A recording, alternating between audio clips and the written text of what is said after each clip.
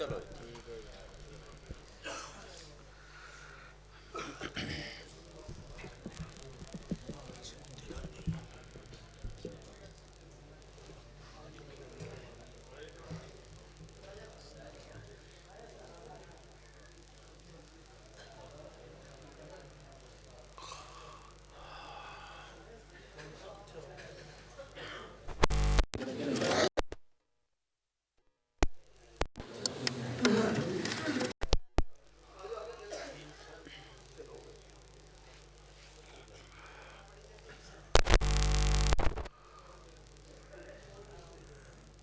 نحمده ونصلي على رسوله الكريم.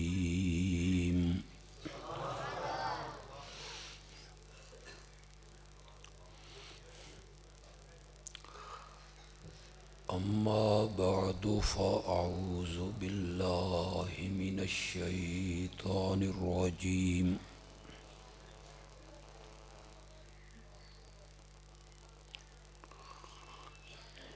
بسم الله الرحمن الرحيم.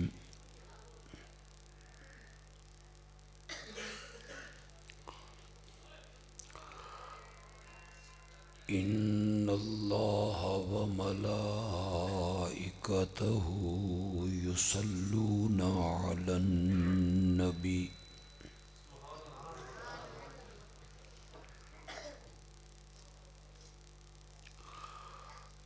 يا أيها الذين آمنوا صلوا عليه وسلموا تسليما.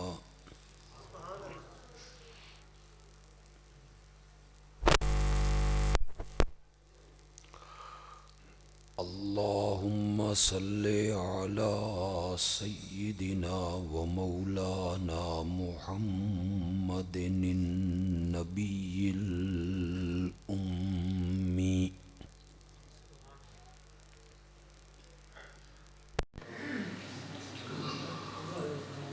وعلى آله وأصحابه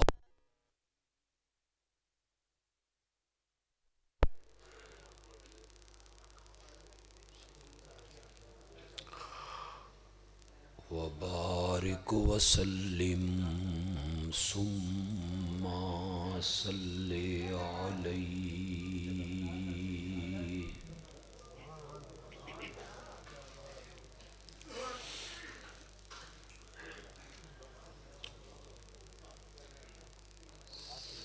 سب سے پہلے تو معذرت خواہ ہوں کہ آپ کو کافی انتظار کرنا پڑا. اللہ آپ کو اس انتظار کا بھی اجر عطا فرمائے.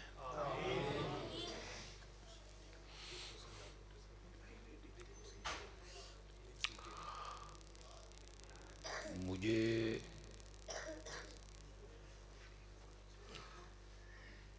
مسجد میں پہنچ کے بتایا گیا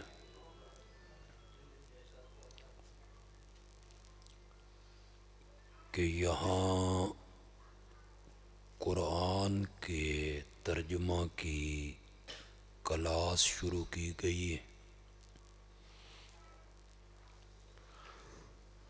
اس لیے میں عظمت قرآن کے عنوان سے گفتگو کروں.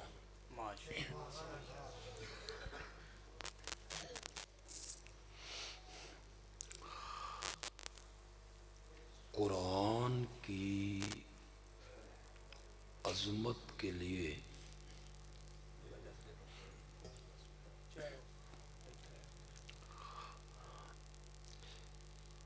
ایک ہی بات کافی ہے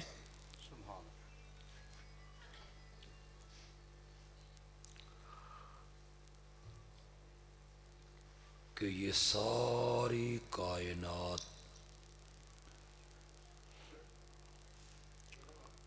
اور کائنات کی ہر چیز اللہ کی مخلوق ہے. قرآن واحد ایسی چیز ہے جو مخلوق نہیں ہے، اللہ کی صفت ہے.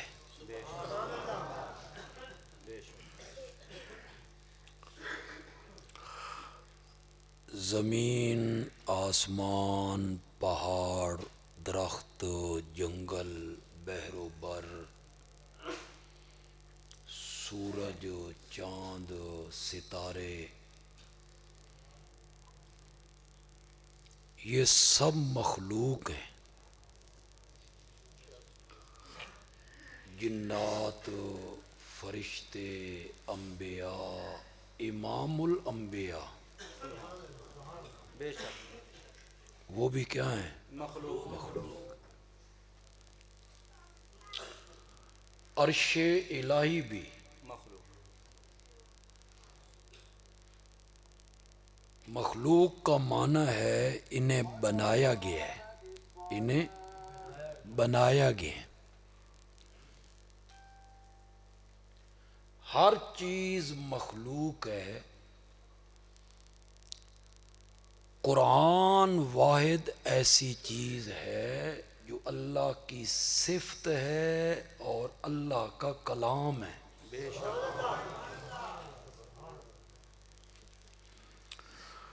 حال سبحان اللہ نہ آکھو تو سمجھ نہیں آئی، سمجھاؤں گا تو پھر آپ سبحان اللہ کہیں گے انشاءاللہ.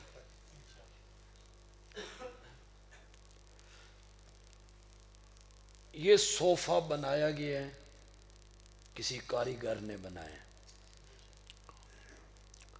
ہاتھ استعمال کیے، آنکھیں استعمال کی، دماغ استعمال. کوئی بیڈ بناتا ہے، ممبر بناتا ہے، کرسی بناتا ہے، یہ محراب بنایا گیا، یہ ٹیلیں لگائی گئیں.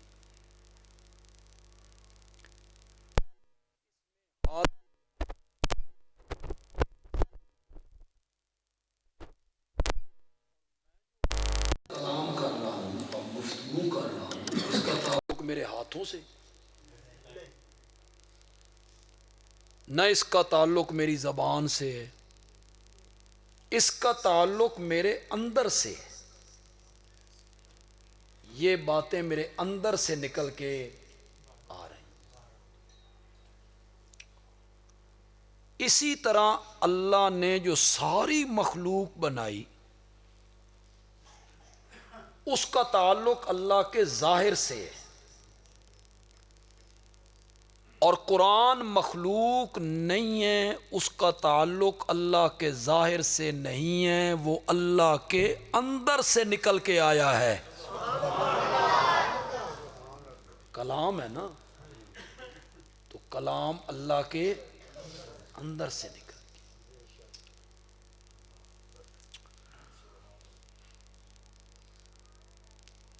مغل خاندان کی ایک خاتون ہے، وہ بڑی شاعرہ ہیں.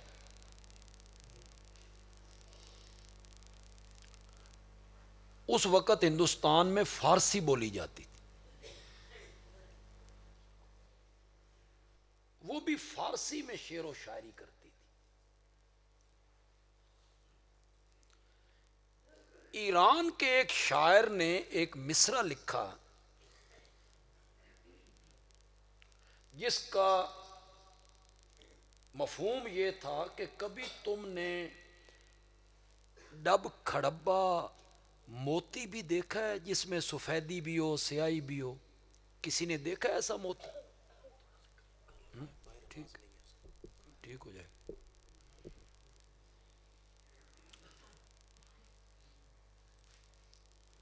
اس نے چیلنج کیا کہ اس کا کوئی جواب دے. اس خاتون کا نام ہے زیب النساء. اس جس تک بات پہنچی تو فوری طور پہ اسے جواب نہ آیا. ایک دن یہ باغ میں پھرتے پھرتے سرما لگانے لگی تو سرمچو چبھ گیا. آنسو کا وہ جو قطرہ آنکھ سے باہر آیا اس میں سفیدی بھی تھی اور سرمے کی.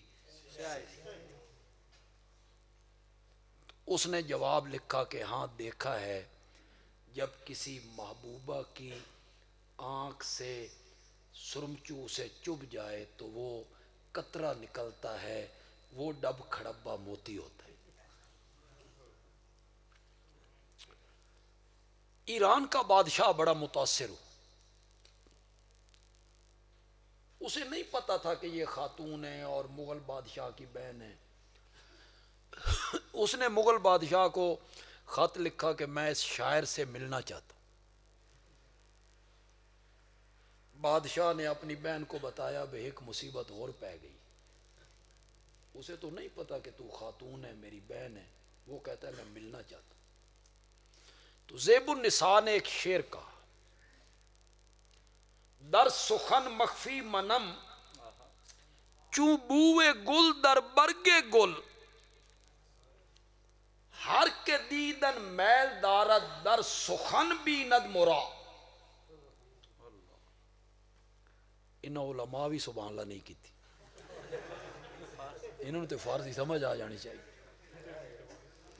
آپ کو تو خیر بڑی کیسے سمجھ آئے گی، فارسی تو بڑی خوبصورت زبان.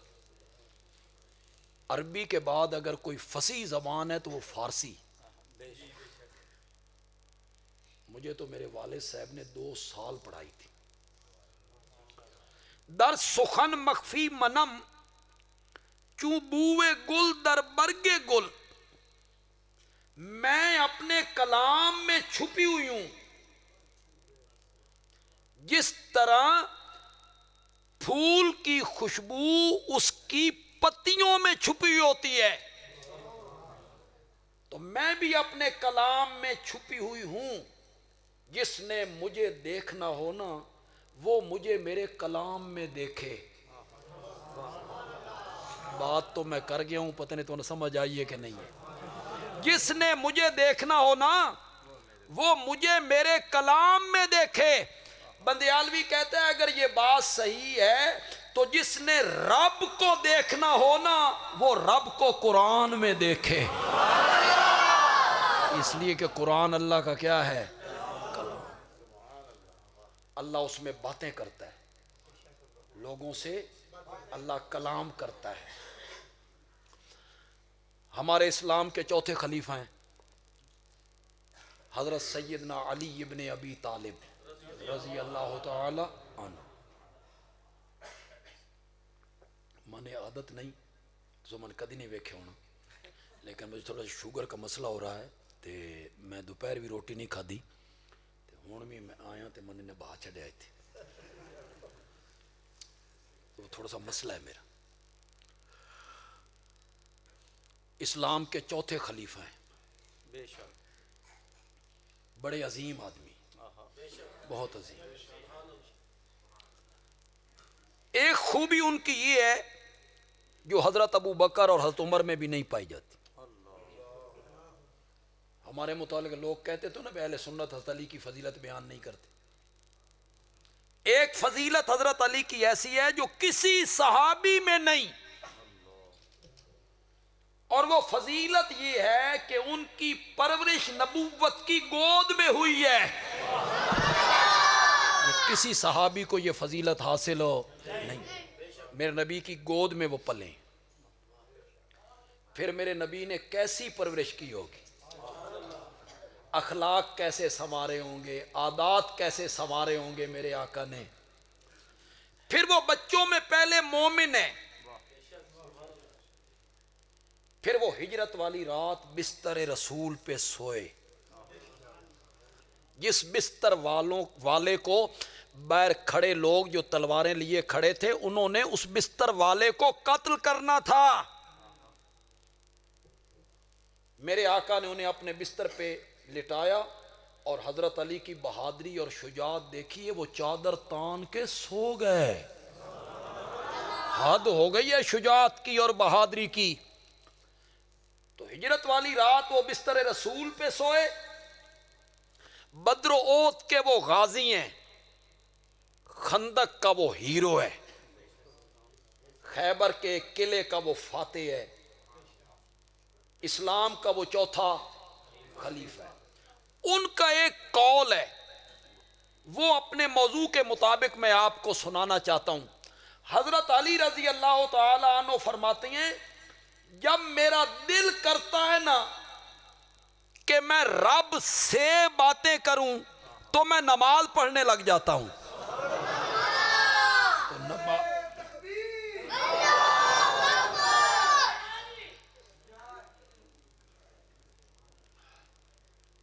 نماز میں بندہ کس سے باتیں کرتا ہے؟ اللہ سے.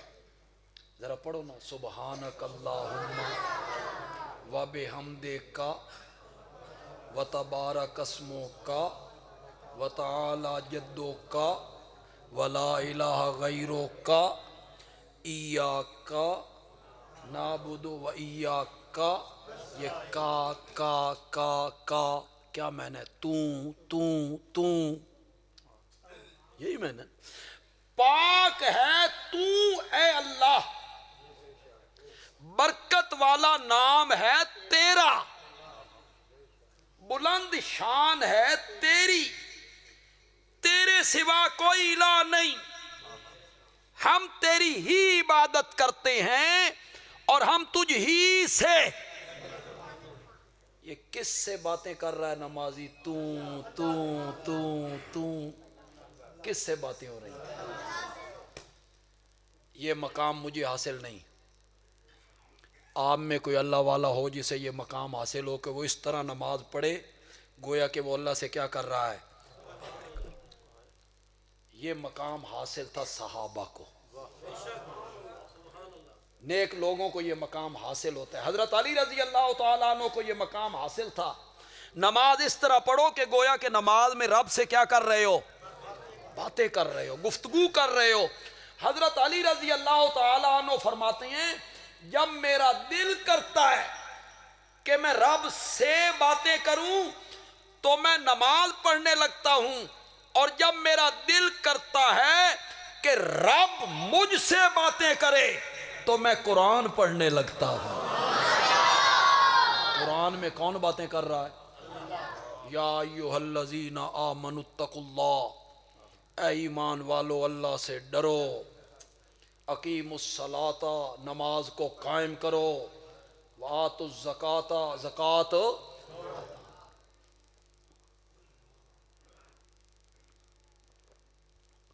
تو قرآن کی عظمت کے لیے ایک ہی بات کافی ہے کہ وہ اللہ کا کلام ہے. قرآن میں کون بول رہا ہے؟ اللہ بول رہا ہے. اللہ باتیں کر رہا ہے لوگوں سے قرآن، اور یہ اللہ کی صفت ہے. یہ تو عظمت پہ بات ہو گئی. یہ عظیم کتاب اللہ نے مجھے اور آپ کو عطا کر دی، ہمیں عطا کی. ہماری قسمت میں تھی یہ کتاب. تورات ملی، انجیل پہلی امتوں کو ملی، زبور پہلی امتوں کو ملی. وہ تغیر و تبدل ہو گیا، کٹ وٹ ہو گئی، تحریف ہو گئی.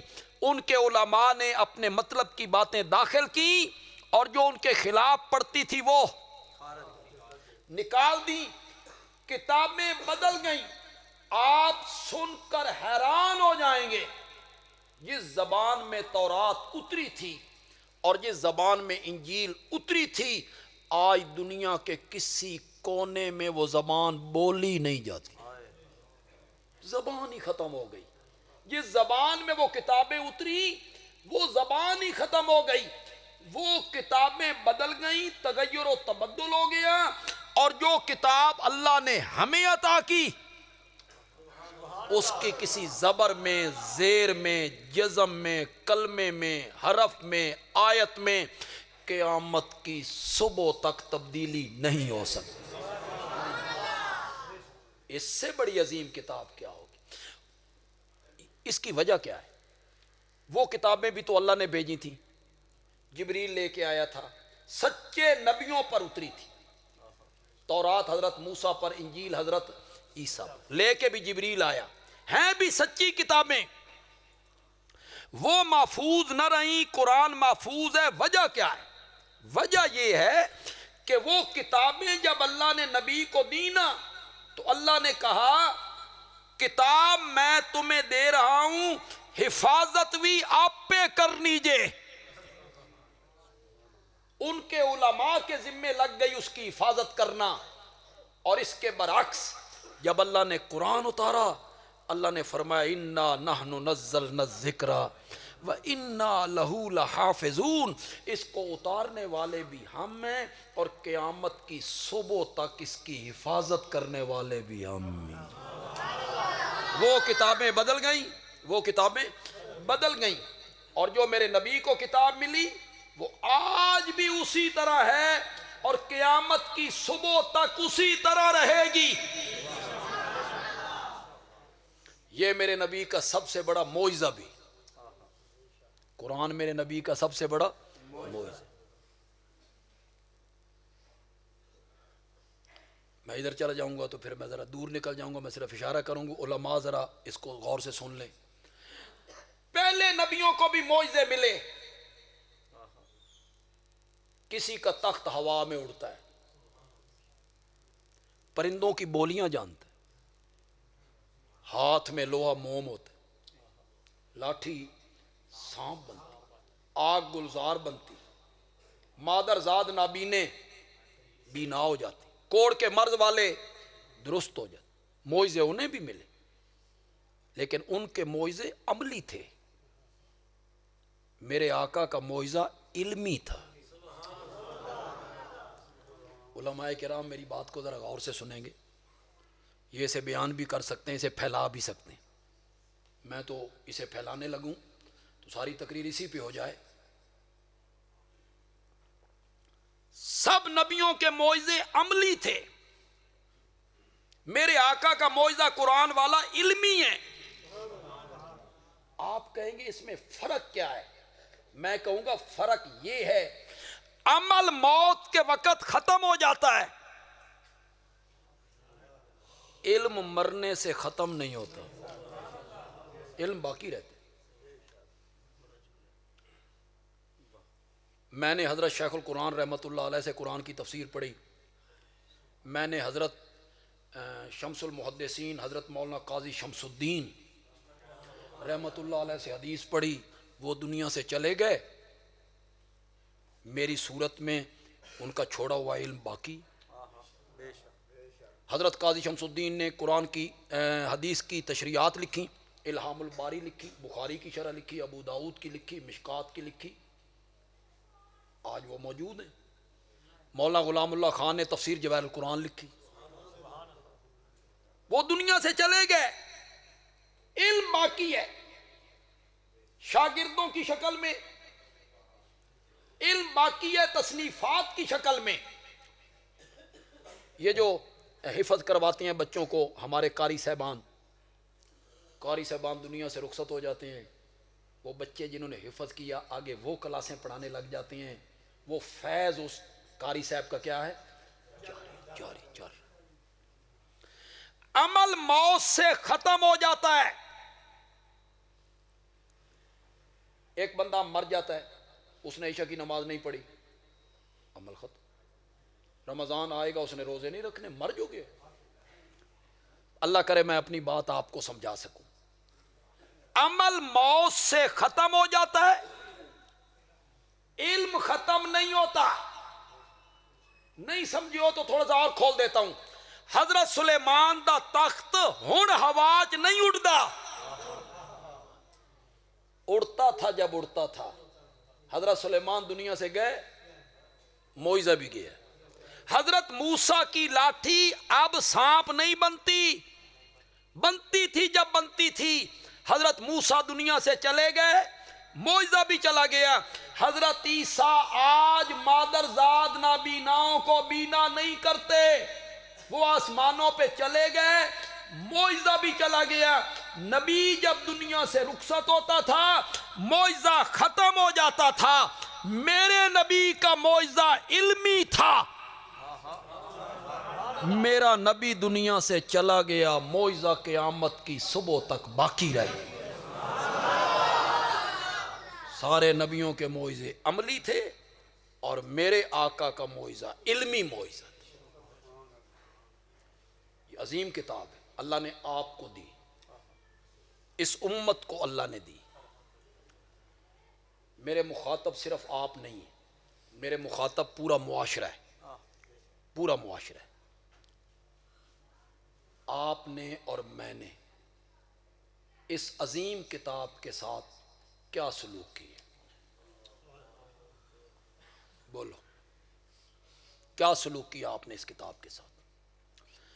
اگر کوئی باہر کا غیر مسلم اس کی توہین کرتا ہے، اس کو آگ لگاتا ہے، یہاں گجرانوالہ میں احتجاج ہوتا ہے، قلعہ میں ہوتا ہے، سرگودا میں احتجاج ہوتا ہے، نوجوان باہر نکلتے ہیں، علماء باہر نکلتے ہیں، احتجاج کیسے کرتے ہیں؟ کسی غریب کا موٹر سائیکل کھڑا ہے، اس کو آگ لگا دے، کسی کی کار کھڑی ہے اس کے شیشے توڑ دو، ہمارے جو اشارے ہیں ان کو توڑ دو۔ یہ کس کا نقصان ہے؟ وہ جس نے توہین کی ہے قرآن کی، اس کا کیا نقصان ہے؟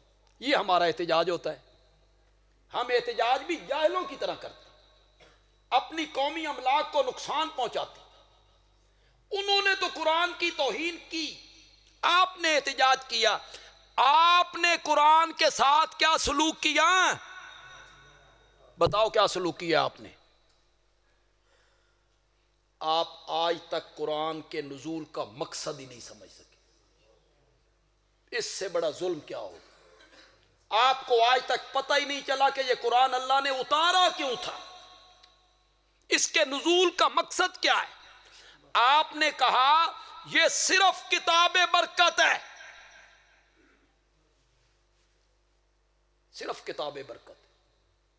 اسے ریشمی غلافوں میں لپیٹو، خوشبو میں بساؤ، اسے چومو، آنکھوں سے لگاؤ، الماری کے سب سے اوپر والے تختے پہ رکھو، جتھے ہاتھ بھی نہ پہنچے، متا پڑھنا پہ جائے۔ ہم نے کیا سلوک کیا اس کتاب کے ساتھ؟ ظلم تو ذرا دیکھو۔ عدالت میں کھڑا ہے گواہ، جج اور مجسٹریٹ کہتا ہے قرآن کی قسم اٹھا کے کہو، جو کچھ کہو گے سچ کہو گے؟ تو قرآن دی قسم چک کے گواہی دے، میں فیصلہ قرآن دے حکمہ دے مطابق نہیں کرنا۔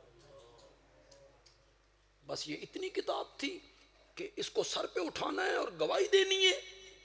فیصلہ میں نے تعزیرات ہند کے مطابق کرنا۔ کئی لوگوں نے اسے ختموں والی کتاب سمجھی، مرنے کے بعد ختم پڑھ پڑھ کے پیچھے سے بخشے جا رہے ہیں۔ طالب علم پڑھ رہے ہیں، ختم پڑھ رہے ہیں، طالب علم جن پڑھ دین سن پتا، طالب علم پڑھتے ہیں ختم تیری ماں کے لیے۔ ماں تیری ہے کہ طالب علم دی؟ طالب علم کی تیری ماں جنت جائے یا جہنم میں جائے، ان کو غرض ہے اس دیگ سے جو دروازے پہ پک رہی ہے، وہ جلیبیاں اور لڈو اور چائے، اور وہ اس کے لیے پڑھ رہے ہیں، وہ تیری ماں کے لیے پڑھ رہے ہیں۔ وہ پاگل دنیا ہو گئی۔ خود کیوں نہیں پڑھتے ہو؟ چچا زاد بھائی، مامو زاد بھائی، پھوپھی زاد بھائی، خالہ زاد بھائی، اس میں بہنیں، اس میں پھوپھیاں، اس میں ماسیاں، اس میں رشتہ دار، اس میں داماد، سارے مل کے کیوں نہیں پڑھتے ہو؟ کرائے پہ لے آتے ہو۔ آؤ جی طالب علم بلاؤ، طالب علم اتنے ختم پڑھ۔ طالب علم پورا قرآن پڑھ جائے نا، اور میت کا جو بیٹا ہے وہ صرف سورۃ فاتحہ پڑھ دے، وہ درد سے پڑھے گا۔ میری ماں ہے، اسے فکر ہوگی کہ میری ماں کو عذاب نہیں ہونا چاہیے، میری ماں کی خطاؤں سے درگزر اللہ اللہ کرے کر دیں۔ سمجھا بھی یہ ختموں والی کتاب ہے۔ پھر اور آپ نے مقصد کیا سمجھا؟ جھگڑا ہو گیا پیسوں کے لین دین کا، تو ایک فریق کہتا ہے میں قرآن تے رکھ چھڑ داں، تو چک لے۔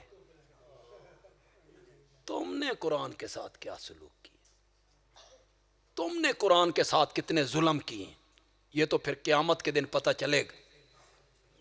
صرف کتاب برکت ہے، تعویذوں والی کتاب ہے، تعویذوں والی، پلیٹوں پہ لکھ لکھ کے گھول گھول کے پلاتے جاؤ۔ یہ کون ہے؟ یہ بڑا عامل ہے جی، جن نکال دینے، موئے دا سر نکال دینے، جن نکالتے ہیں، ہاں جن نکالتے ہیں، پہلے 5 دن پھر کٹ دن، جن نکال رہے ہیں جی۔ ادھر بازو کریں جی، بازو کریں، ود گئی ہے جی۔ آپ میں سے کوئی بندہ ابھی میرے پاس آئے، میں ہن ودھا کے وکھاواں، آؤ، گٹھ نو ودھانا کیڑا کمال، آپ بھی بڑھا سکتے، پہلے انج کرو پھر انج کرو، ود گئے۔ پہ کپڑے سنگن گے،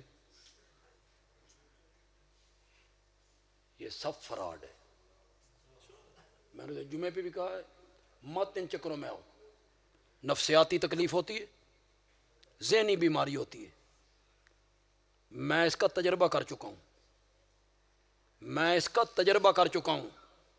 ذہنی اور نفسیاتی مرض ہوتی ہے، جس سے یہ بے حیا لوگوں سے کہتے ہیں جادو ہو گیا ہے، جن ہو گیا ہے، نہ وہ ڈاکٹراں کو علاج کران دیں، پھر جب لمبا چکر چل جاتا ہے تو وہ بچہ اور بچی پاگل ہو جاتے۔ یہ چند ٹکوں کے لیے جن ہے جی، کچھ نہیں ہوتا۔ گھروں میں سورت بقرہ پڑھا کرو۔ مولانا حسین علی رحمۃ اللہ علیہ کا وظیفہ حضرت سید عنایت اللہ شاہ بخاری رحمۃ اللہ علیہ بتایا کرتے تھے، یاد کر لو، 7 دفعہ درود ابراہیمی، 7 مرتبہ سورت فاتحہ، 7 مرتبہ آیت الکرسی، 7 مرتبہ چاروں کل، آخر میں پھر 7 مرتبہ درود ابراہیمی۔ بچے پڑھیں، بیٹیاں ہماری پڑھیں، گھر کی خواتین پڑھیں، سارے پڑھو، جنہ دی کہ طاقت ہے ساڈے موبائلاں دے نیڑے آن دی، یہ انہاں دیاں منیاں تھلے بڑے رہندے ہیں۔ وہ کہتے ہیں جی رات چارپائی کے نیچے آئے تھے، بھئی 11ویں نہیں دتی تے چارپائی الٹ دیتی ہے، انہوں نے کدی ساڑی چارپائی دے تھلے بھیجو، ساڑی الٹن نہ چارپائی۔ اکبر ساکی صاحب ناراض نہ ہو، یہ سب فراڈ ہے، میں تجربہ کر چکا ہوں، مجھے ذاتی تجربہ ہے اس چیز کا۔ یہ ایسے ظالم ہیں، چند روپیوں کے لیے، چند ہزاروں کے لیے اس بچے اور بچی کو یہ پاگل کر دے۔ وہ نفسیاتی مریض ہوتے ہیں، جب لمبا چکر چل جاتا ہے پھر ڈاکٹروں کے بس کی بات نہیں رہتی۔ اگر شروع میں ڈاکٹروں سے کنٹرول کر لیں تو وہ کنٹرول ہو سکتا ہے۔ وہ جو نفسیاتی مریض ہوگا نا اور ذہنی مریض ہوگا، بالکل وہ کہے گا میں اس نو پھڑیا، میں اس دے وچاں، میں اس نو نہیں چھڑنا، بالکل بولے گا۔ جن شن کوئی، وہ سب نفسیاتی مرض، سب نفسیاتی چکر ہو۔ پتہ نہیں میں گل کیوں کی تھی، ہاں قرآن کا مقصد یہ سمجھے بھئی، یہ تعویذوں والی کتاب ہے، صرف کتاب برکت ہے۔ میں خدا گواہ ہے، اس کے کتاب برکت ہونے کا انکار نہیں کرتا۔ میری مجال ہے کہ میں انکار کروں کہ یہ کتاب برکت، کتاب برکت تو ہے نا، ایک حرف پڑھنے پر 10 نیکیاں۔ پھر میرے آقا نے کہا میں یہ نہیں کہتا کہ الف لام میم ایک حرف ہے، الف الگ، لام الگ، میم الگ۔ تلاوت کی نیت سے الف لام میم پڑھے گا، 30 نیکیاں اللہ عطا کر دے۔ اگر علماء میرے استدلال کو کہیں کہ بندیالوی نے اچھا استدلال کیا ہے، میرے آقا مثال کے طور پہ یوں بھی تو کہہ سکتے تھے، میں یہ نہیں کہتا کہ مالک ایک لفظ ہے، میم الگ ہے، الف الگ ہے، لام الگ ہے، کاف الگ ہے، لیکن آپ نے مالک کا نام نہیں لی۔ میں نہیں کہتا کہ یوم ایک لفظ ہے، یا الگ ہے، واو الگ ہے۔ میرے نبی نے نہ مالک کا لفظ استعمال کیا، نہ یوم کا، نہ دین کا، نہ ایا کا، نہ نعبدو کا۔ میرے نبی نے مثال میں ان حرفوں کو گنا جنہ دا معنی ہی کوئی نہیں۔ میرا نبی بتانا چاہتا ہے اگر مانا نمی آندہ ہوئے نا پھر بھی بندہ تلاوت کرے تو اس کا اعمال نامہ بھی نیکیوں سے بھر دیا جاتا۔ یہ میرا نبی اس طرف اشارہ کرنا چاہتے ہیں۔ میں یہ نہیں کہتا کہ یہ کتاب برکت نہیں، قطعاً نہیں، یہ کتاب برکت ہے، لیکن یہ کتاب برکت بعد میں ہے، صحیفہ ہدایت پہلے ہے۔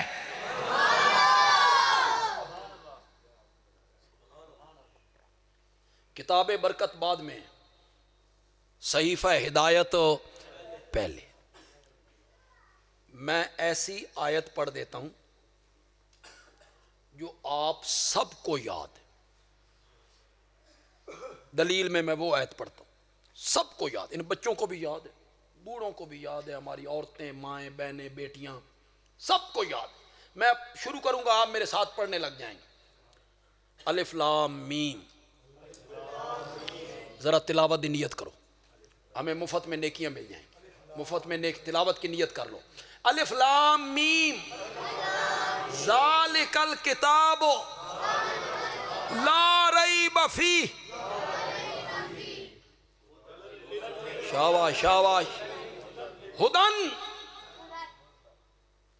ابتدا ہی میں اللہ نے بتایا یہ کتاب ہدایت ہے، ہدن، ہدن للمتقین، یہ متقی لوگوں کے لیے نری ہدایت ہے۔ میں ایک اور آیت پڑھتا ہوں، مجھے امید ہے آدھے مجمع کو آتی ہوگی، آدھے بندوں کو لازمی آتی ہوگی، میں پڑھوں گا، میرے ساتھ پڑھیں گے۔ شہر رمضان الذی انزل فیہ القرآن ھدی للناس۔ کیا بتایا رب نے؟ اس کتاب کے نزول کا مقصد کیا ہے؟ ہدایت دینا۔ میں سورۃ ابراہیم کی ابتدا پڑھتا ہوں۔ کتاب انزلناہ الیک، یہ عظیم الشان کتاب جسے ہم نے آپ کی طرف نازل کیا ہے، کیوں نازل کیا؟ لتخرج الناس، تخرج تھوڑے کول مانا کرانا، میں خارج، خروج، اخراج، نکلنا، نکالنا، بولو، لتخرج الناس، تاکہ آپ نکالیں لوگوں کو من الظلمات، کفر اور شرک کے اندھیروں سے، الی النور۔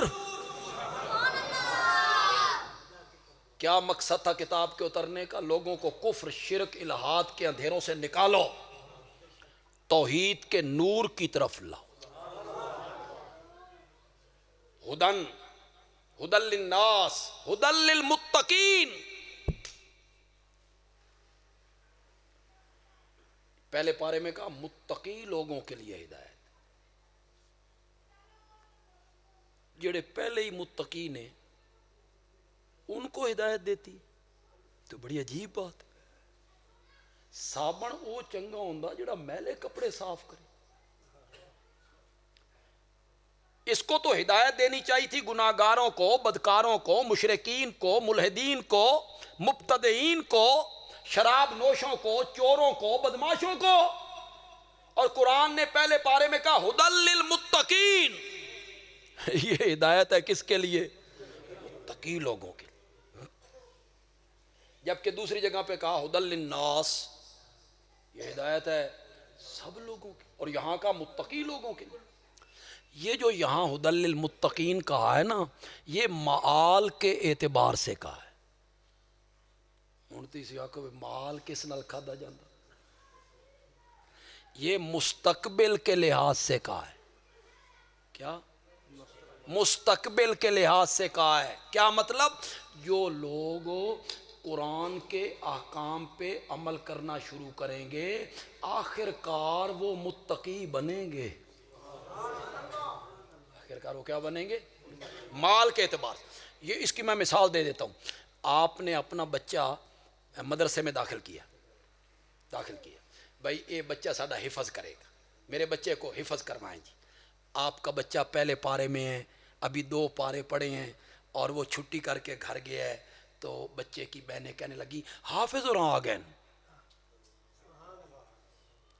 ابھی تو وہ دوسرے پارے میں، تو وہ کس اعتبار سے حافظ کہہ رہی ہیں بھئی جڑے کم میں لگا ہویا نا آخر کار اس نے کی بڑھنا۔ میڈیکل میں ایک لڑکا داخل ہو گیا، دوسرے سال میں تیسرے سال میں، وہ چھٹی پہ گھر آیا تو بہنیں دیکھ کہتے ہیں ڈاکٹر اور آ گئے۔ وہ کس اعتبار سے کہہ رہی ہیں؟ مستقبل کے لحاظ سے، مال کے اعتبار سے۔ یہاں بھی اللہ نے مستقبل کے لحاظ سے کہہ دیا کہ جو لوگ قرآن کے احکامات پہ عمل کریں گے انہوں نے متقی بننا ہے، ھدی للمتقین۔ علماء کرام ہمارے شیخ کیا کہتے ہیں؟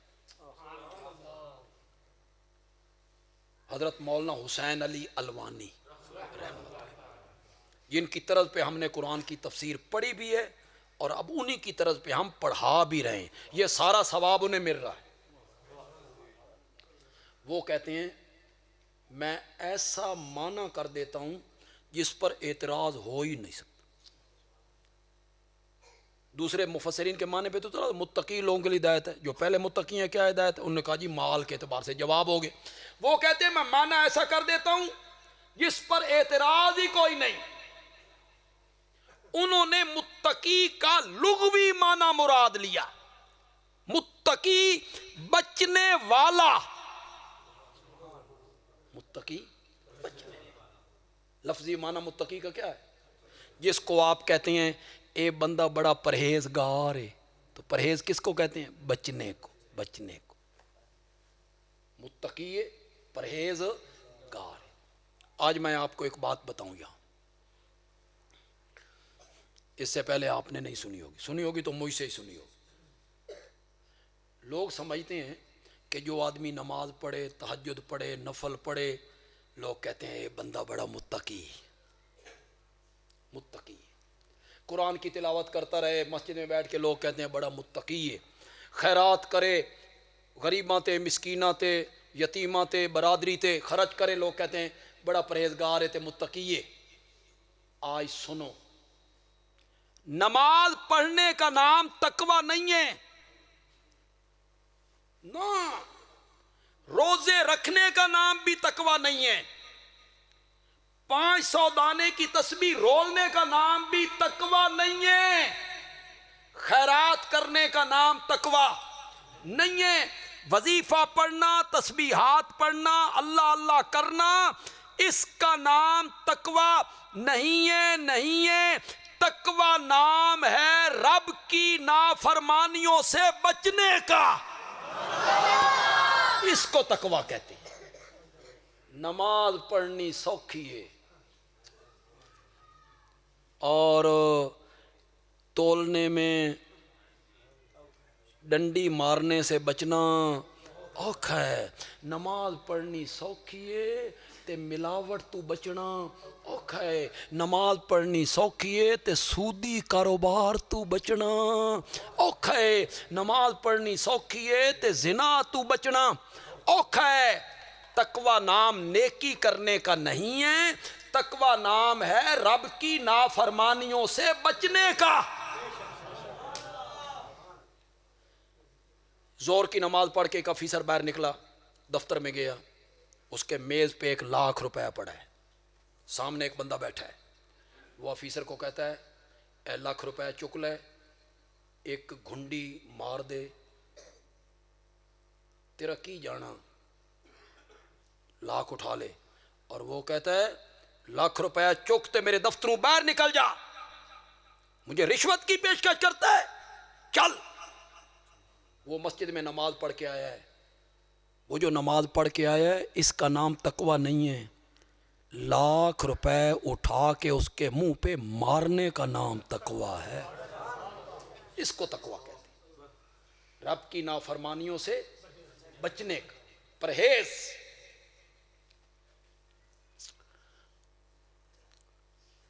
یہ جب بندے بیمار ہوتے ہیں،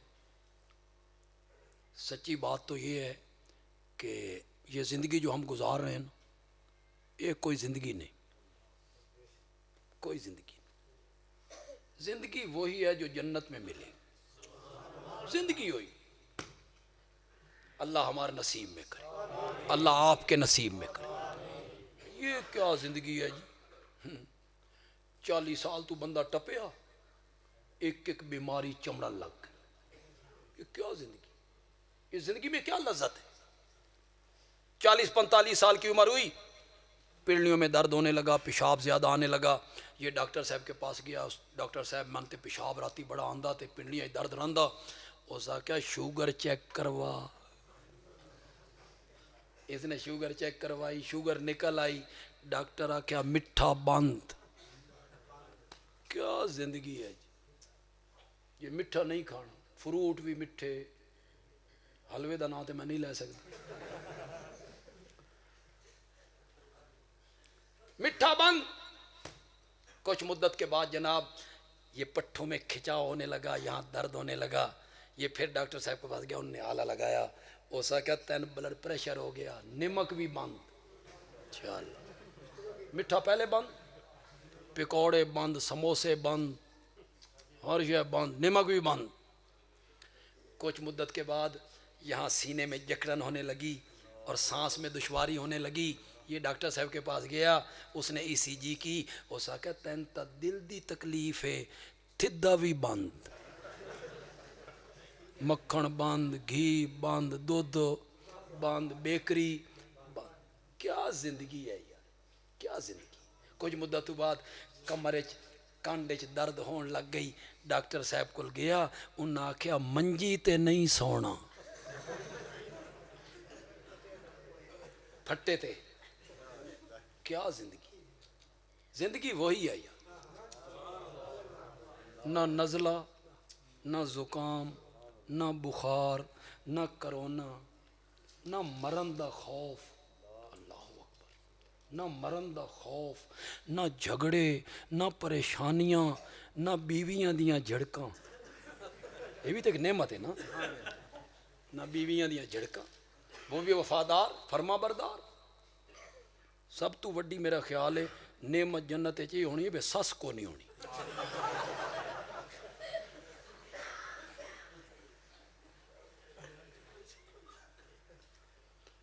حضرت آدم کو بھی بڑی نعمت اللہ نے یہی دی تھی، انہوں نے بھی سس کو نہیں سی. زندگی وہی ہے جنت والی. جس چیز کی خواہش کرو ملے، جو مرضی ہے کھاؤ، نہ پخانہ، نہ پیشاب، نہ ناک، نہ تھوک. اللہ ہمارے نصیب میں کر دے. یا اللہ ایسی زندگی ہمیں عطا کر، وہ جنت کی جو زندگی ہے. ڈاکٹر کے پاس گیا، اس نے کہا تجھے بلڈ پریشر ہو گیا ہے، میں ٹیبلٹ تجویز کرتا ہوں، لکھ کے دیتا ہوں. نمک تو پرہیز ہے. ہن پرہیز گولی کھان دا نا ہے یا نمک تو بچن دا نا ہے جی.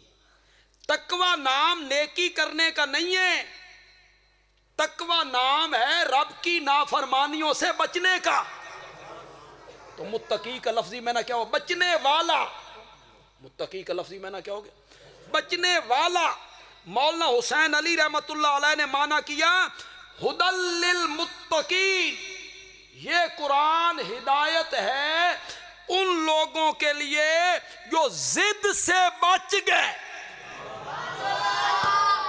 ضد سے بچ گئے. ضد نہیں کی، اناد نہیں، ہٹ دھرمی نہیں، میں نہیں مانتا، میرے پیو دادے غلط سن، ساڈے وڈیرے غلط سن، میری چودراہٹ کہاں جائے گی، میری خانقاہ کتھے جائے گی، میری گدی کتھے جائے گی، میری خطابت کتھے جائے گی. لوگ تو میرے گھٹنوں کو ہاتھ لگاتے ہیں، حضرت حضرت کرتے ہیں. یہ چیز جب آتی ہے اسے ہدایت نہیں ملتی. ہدایت اس کو ملتی ہے جو دل سے ضد کو نکال دیتا ہے. طالب بنے، طالب رجوع کرے، دل والا برتن سیدھا رکھے. موسلا دھار بارش برس رہی ہے، 4 گھنٹے برسی بارش. آپ کو پانی چاہیے تھا بارش والا، آپ کوٹھے پہ گئے، آپ نے برتن رکھ دیا الٹا. 4 گھنٹے کے بعد آپ گئے، آپ نے دیکھا اس میں ایک قطرہ بھی نہیں آیا. آپ نے کہا اے بارش دا قصور ہے، اے میرے برتن چ نہیں آئی. کوئی سیانہ بندہ کھڑا تھا، اسا کیا بارش دا قصور نہیں، تیرے برتن رکھن دا قصور ہے. اللہ کہتے ہیں جو دل والا برتن الٹا رکھتا ہے ہم اسے ہدایت نہیں دیتے, ہدایت اسے دیتے ہیں جو دل والا برتن سیدھا رکھتا ہے, سیدھا رکھتا ہے. ابھی تو میں نے ایک اور جگہ پہ جا کے بیان کرنا ہے یار, اور وقت بھی کافی ہو گیا. بس آخر میں ایک بات کہنا چاہتا ہوں, اور وہ بڑی پائے کی بات کہنا چاہتا ہوں. ہدایت اس کو ملتی ہے جو خواہش کرے,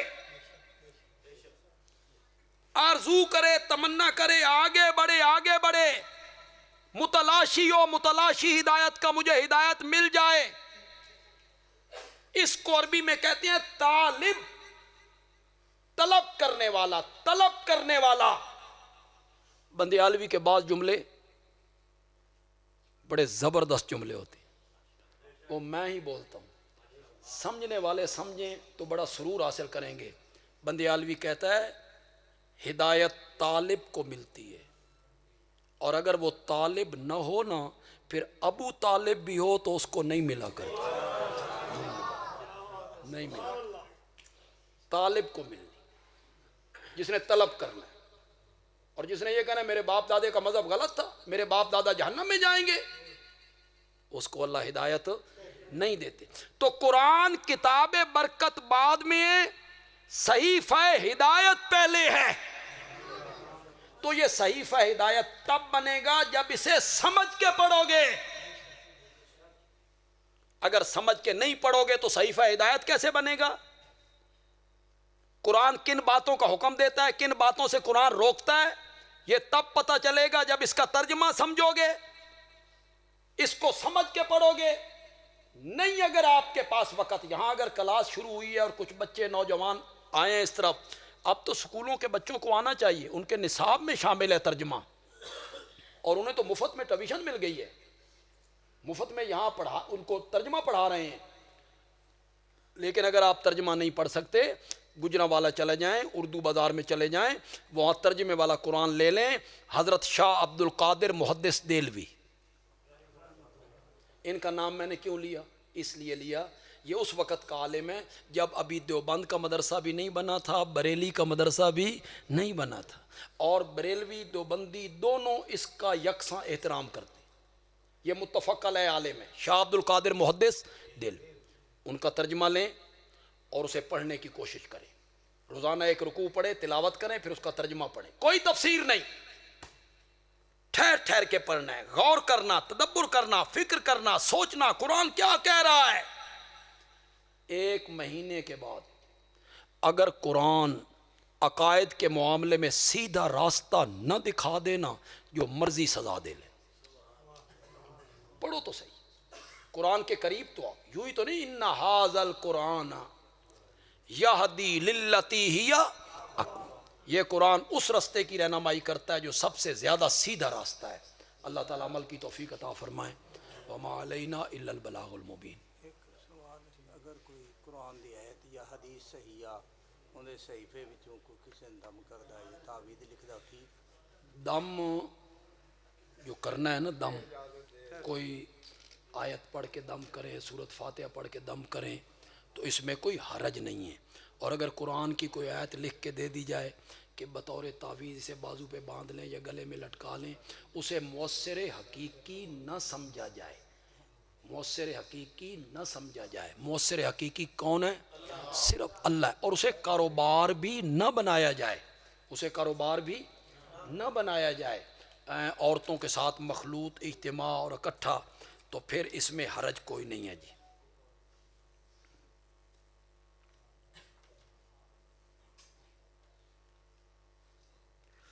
آپ نے اپنے ایک بیان میں فرمایا تھا کہ یزید بن معاویہ 3 سال تک امیر حج رہا ہے. تو میں نے مولانا طارق جمیل صاحب کا نیٹ پہ ایک بیان سنا کہ یزید کی وفات کے بعد اس کا نوجوان بیٹا تخت نشین ہوا تو صرف 40 دن یا اس سے بھی کچھ دن کم حکومت کی اور تخت چھوڑ دیا, اور فرمایا میرا باپ ظالم تھا, شرابی تھا اور برا آدمی تھا, میں حکومت چھوڑتا ہوں. ایسی کوئی روایت نہیں ہے, اور جو پائے تکمیل کو پہنچے اور مستند ہو, ایسی کوئی روایت نہیں ہے. کسی کے کہنے سے یہ بات ثابت نہیں ہوتی. سن 51, 52, 53 میں وہ امیر حج رہا ہے، اور اس مسئلے میں نہ پڑا کرو یار بھائی اس مسئلے کے کھوج میں آپ لگ جائیں، بس اللہ اللہ کرو اور معاملہ کس کے سپرد کر دو؟ اللہ کے سپرد کر. الحمدللہ رب العالمین والصلاۃ. ہاں ایک بات لازمی، یہ پوری دھرتی یزید جیسے لوگوں سے بھر جائے، حضرت حسین کے پاؤں کے تلووں کو بھی ہاتھ نہیں لگا سکتے. حضرت حسین اور یزید کا کیا تقابل؟ یہ تقابل کیوں لوگ کرتے ہیں یزید اور حسین؟ خدا دی قسم ہے کوئی تقابل ہی نہیں. ایک ذرہ ہے دوسرا آفتاب ہے، ایک فرش ہے دوسرا عرش ہے، تقابل ہی کوئی نہیں. ان کے مقابلے میں اس کی حیثیت ہی کوئی نہیں. تے اپنے نال بھی نہ تولیا کرو، اپنے نال تے اس نو تولو، یہ بھی صحیح نہیں. الحمدللہ رب العالمین والصلاۃ والسلام علی سید الانبیاء والمرسلین وعلی آلہ واصحابہ اجمعین. ربنا آتنا فی الدنیا حسنہ وفی الآخرۃ حسنہ وقنا عذاب النار. اللہم یا ارحم الراحمین ارحم علینا. یہ جو ترجمے کی کلاس شروع ہوئی ہے اللہ اسے کامیابی سے ہمکنار کرے. لوگوں کا رجحان اس طرف ہو، بچوں کا، نوجوانوں کا. اللہ کرے وہ قرآن سمجھ کے پڑھیں، اللہ انہیں توفیق دے کہ وہ قرآن سمجھ کے پڑھیں، اور جو عالم یہاں پڑھائیں گے اللہ انہیں اس کا اجر عطا فرمائے، اس محنت کا اللہ اجر عطا فرمائے. وصلی اللہ تعالی علی خیر خلقی محمد وعلی آلہ واصحابہ اجمعین.